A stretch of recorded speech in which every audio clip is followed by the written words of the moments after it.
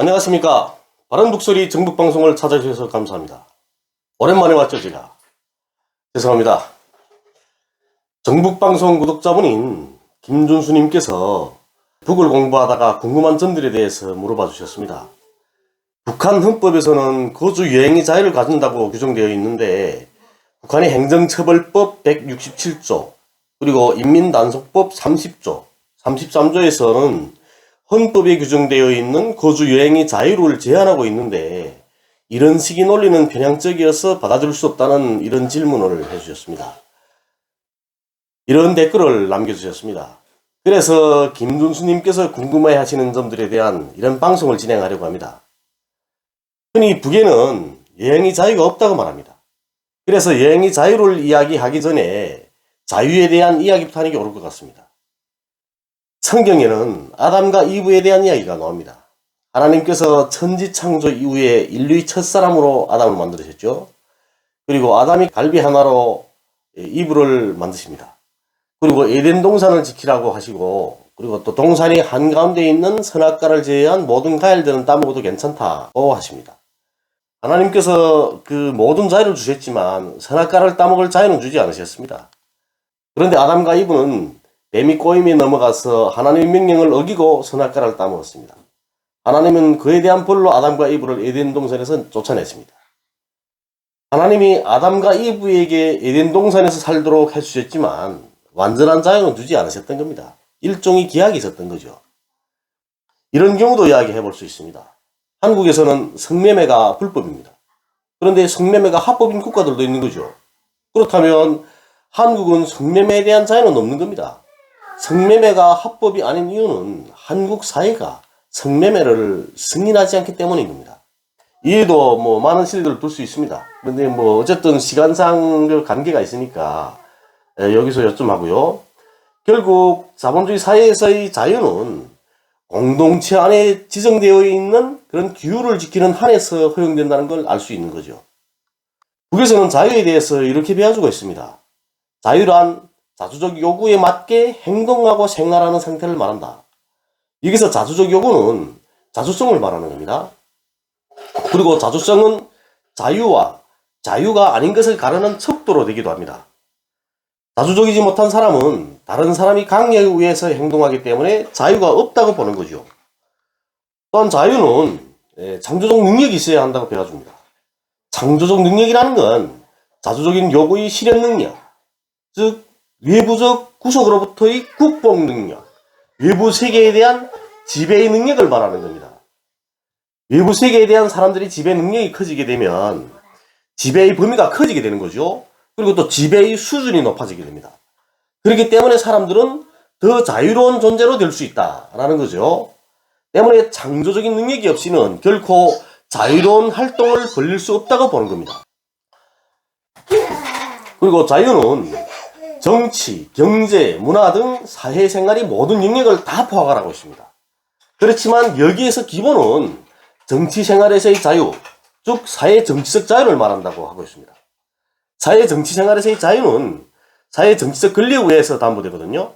그런데 사회정치적 권리를 가지고 그것을 마음껏 행사할 수 있게 되어야 사회생활에서 참말로 자유를 누린다고 할 수 있다고 하는 겁니다.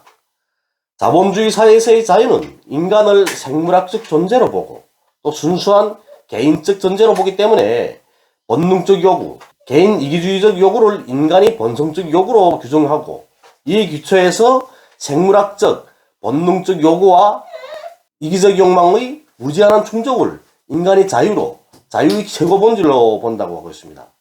그런데 이건 착취기업들이 근로인민대중을 마음대로 억압하고 착취하며 개인이 이익을 위해서 자기 마음대로 생활하는 것을 내용으로 하는 반인민적이며 반동적이라는 겁니다.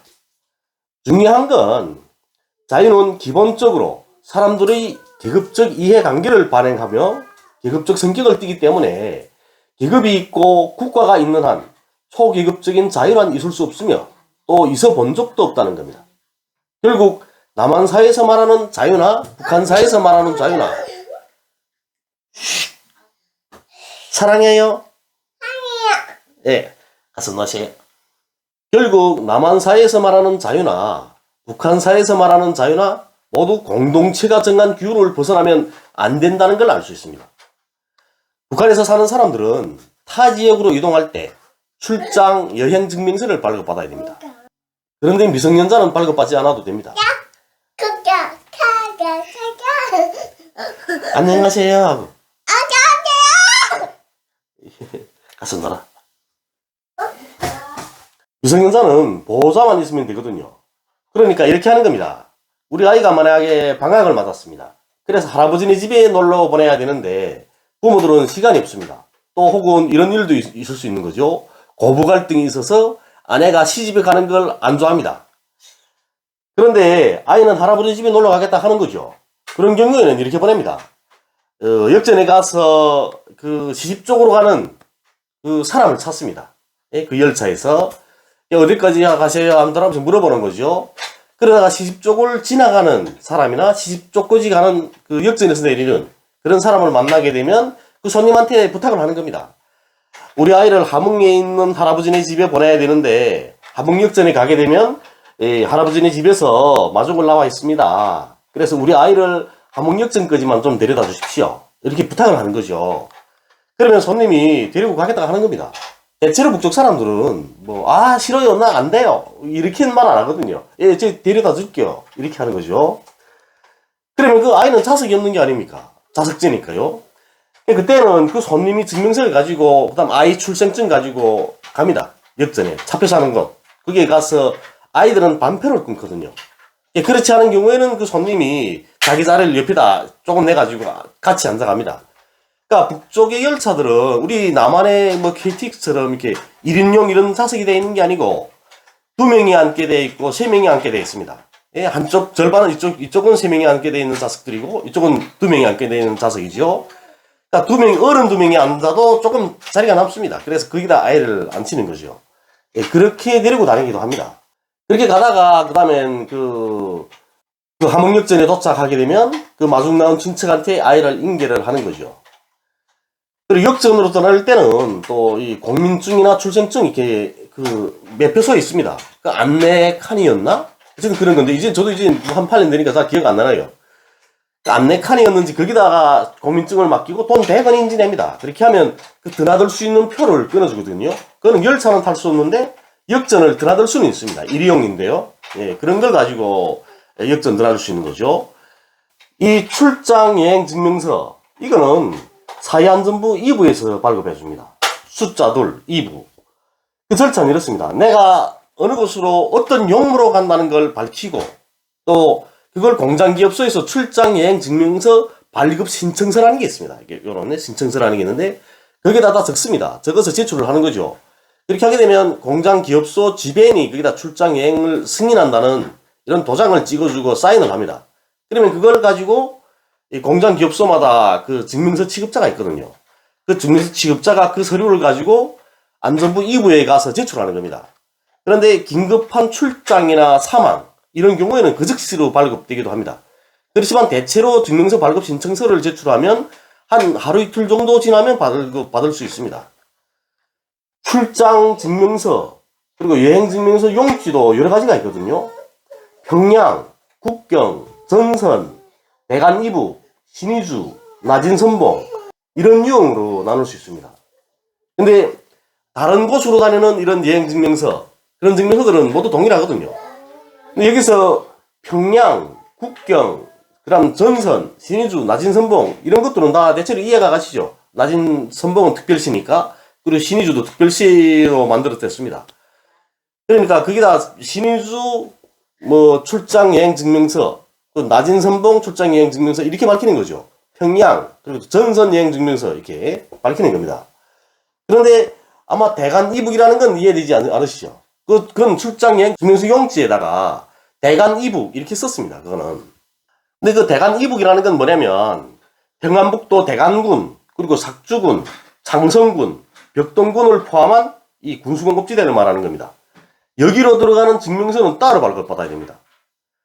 다른 군수공업지대보다 더 중요한 곳이라는 걸 말해주는 거겠죠. 이런 곳들에 출입하게 되면 승인번호를 받아야 됩니다. 그래서 승인번호를 받게 되면 그 증명서에 승인번호를 기입하는 거죠. 그럼 내가 이제 그 고장에 도착을 해서 그 증명서를 단속기간에 보이게 되면 그 보위부, 안전부 이런 초소들에서는 승인모드를 치게 되면 그 사람 이름이 나옵니다.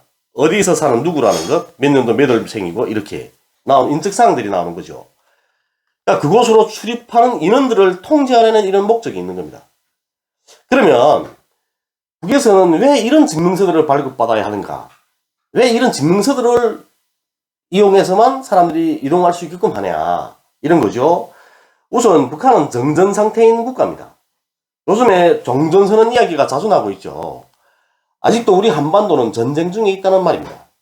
전쟁 중에 있는 국가이기 때문에 상대 측에 대한 정보 취득은 중요한 문제로 제기되는 거죠. 그래서 북한에서는 내부 정보를 제공하지 않기 위해서 증명서 발급 제도를 시행하고 있는 겁니다. 여기까지는 이미 전에 제가 방송을 통해서도 여러 번 이야기를 해드렸습니다.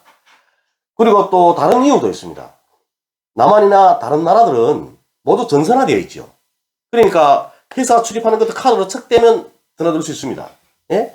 그러면 카드만 대면 그 회사로 드나드는 모든 출입 인원 모두가 이렇게 기록이 되는 거죠. 전산에. 그리고 도로를 이용해서 이동을 해도 도로에 설치되어 있는 카메라들 있지 않습니까? CCTV들이. 예? 이 일거수일투족을 모두 기록하는 거죠. 그리고 고속도로로 이동을 해도 톨게이트에서 고속도로 그 사용료 지불을 하게 되면 전산에 기록이 남는 거 아닙니까? 차 번호 몇 번호가 몇 월 며칠일 몇 시 몇 초에 통과를 했다. 이렇게 고속도로에 설치되어 있는 CCTV가 모든 걸 또 기록하는 거죠. 아닙니까? 몇 시, 몇 분, 몇 초라는 그 구체적인 시간까지 기록이 됩니다. 기기는 거의 속이지 못하죠. 이렇게 CCTV나 전산화 체계도 사회에 대한 통제 수단이 한 형태인 겁니다. 근데 북한도 마찬가지죠. 사회를 통제해야 되는 거 아닙니까?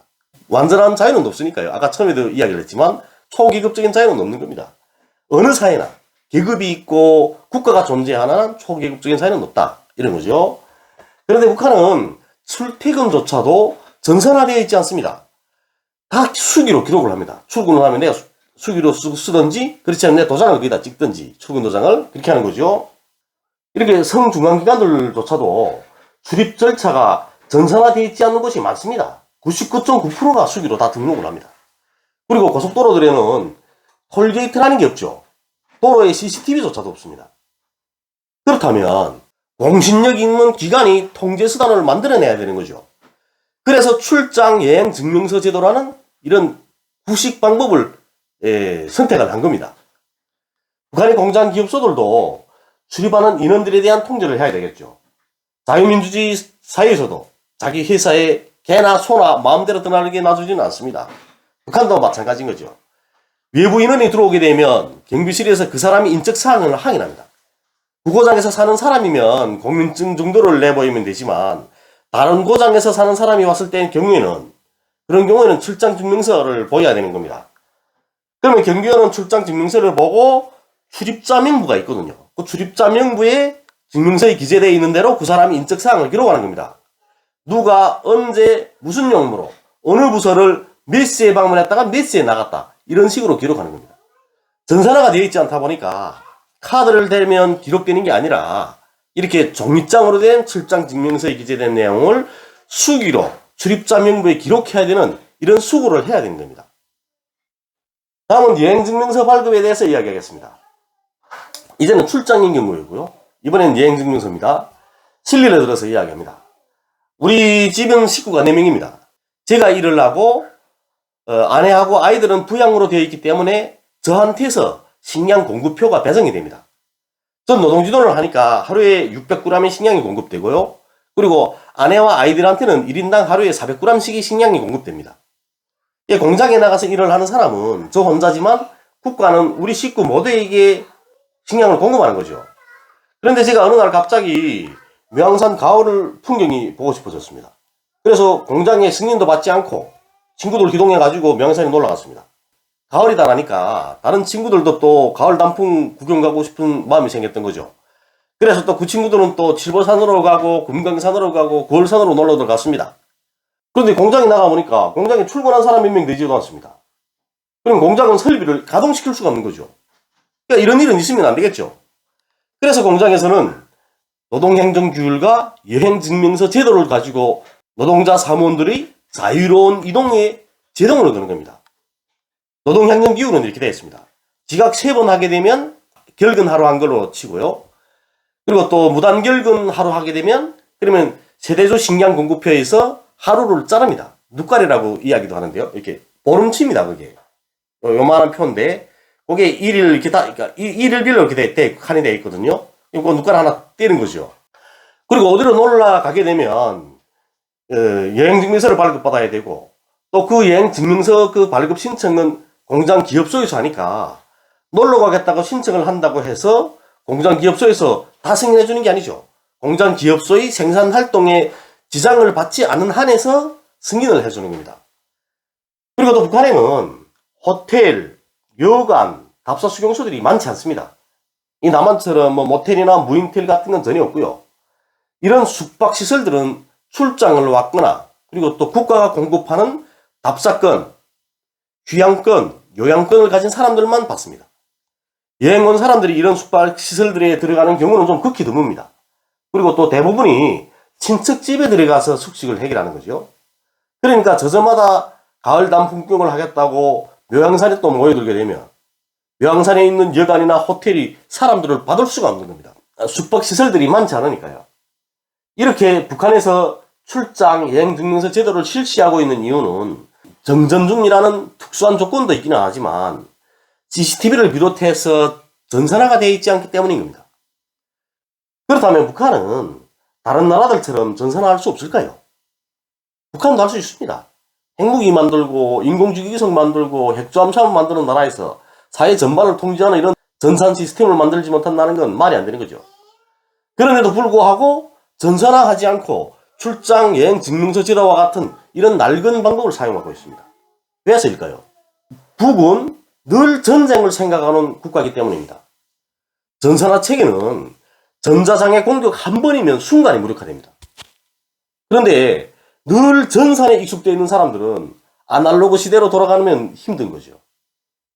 그런데 아날로그 시대에 살던 사람들은 전산화 시대에 쉽게 익숙할 수 있습니다. 이런 신뢰에 들 수 있습니다. 전자전 공격 받아서 전산 시스템이 마비됐습니다. 엘리베이터도 다니지 않고 컴퓨터도 동작하지 않습니다. 아파트 2층도 엘리베이터를 타고 다니던 사람들이 갑자기 아파트 20층, 30층도 걸어서 올라가야 됩니다. 집 앞에 올라갔는데 전산 시스템이 죽어있다니까 출입문을 열 수가 없습니다. 이럴 때는 정말 미쳐버리는 거죠. 편리한 우리 생활이 이런 비참한 환경에 처하지 않으려게 되면 한반도와 전 세계에 영구적인 평화가 깃들어야 됩니다. 한반도의 영구적 평화가 깃들자면 통일을 이루어야 되는 거고요. 그 통일을 위해서 우리 통일 준비군들이 앞장에 서야 되는 겁니다. 우리가 살아가고 있고 그리고 또 우리 아이들이 살아갈 더 좋은 세상을 위해서 통일 준비군으로서 더 열심히 노력하겠습니다. 감사합니다.